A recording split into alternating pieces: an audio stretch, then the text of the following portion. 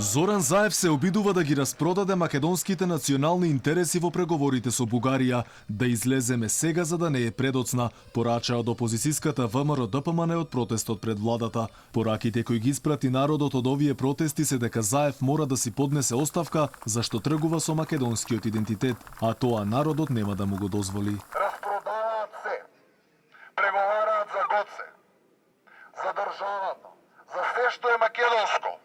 И ние треба да бидеме тие што се срамиме. Од што ние да се срамиме, освен од ови овде?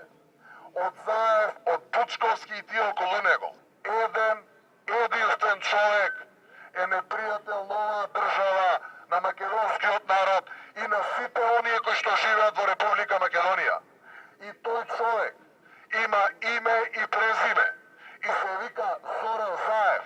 Овие трговци сместени во владата одлучија да распродадат се, но ние нема да го дозволиме тоа, вели пратеничката од ВМРО ДПМН Марија Петрушевска. Време е да ги одбраниме нашите национални интереси, нашата култура, нашата посебност.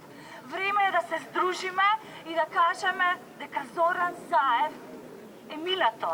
Тој мора да биде во минатото и тоа час поскоро. Истовремено незадоволство од македонската дипломатија беше искажано и пред Министерствата за надворешни работи за правда. Граѓанскиот револт потоа продолжи на улиците низ 20 градови од Македонија.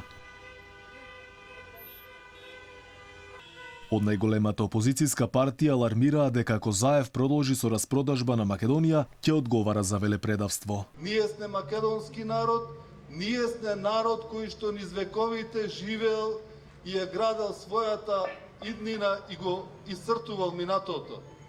Сакаме да порачаме, сакаме остро да се спротивставиме, сакаме да укажиме и сакаме да кажеме дека на владата на Заев и е доста. Освен во Скопје се протестираше и во Куманово, Тетово, Крива Паланка, Македонска Каменица, Пробиштип, Свети Николе, Велес, Делчево, Кочани, Виница, Пехчево, Берово, Босилово, Неготино, Кавадарци, Кичево, Струга, Охрид, Ресен и Битола. Од секаде пораката беше иста. Мора да се стави крај со тргувањето на идентитетот, јазикот и историјата. Од опозицијската партија веќе од утре најавуваат и нови протести.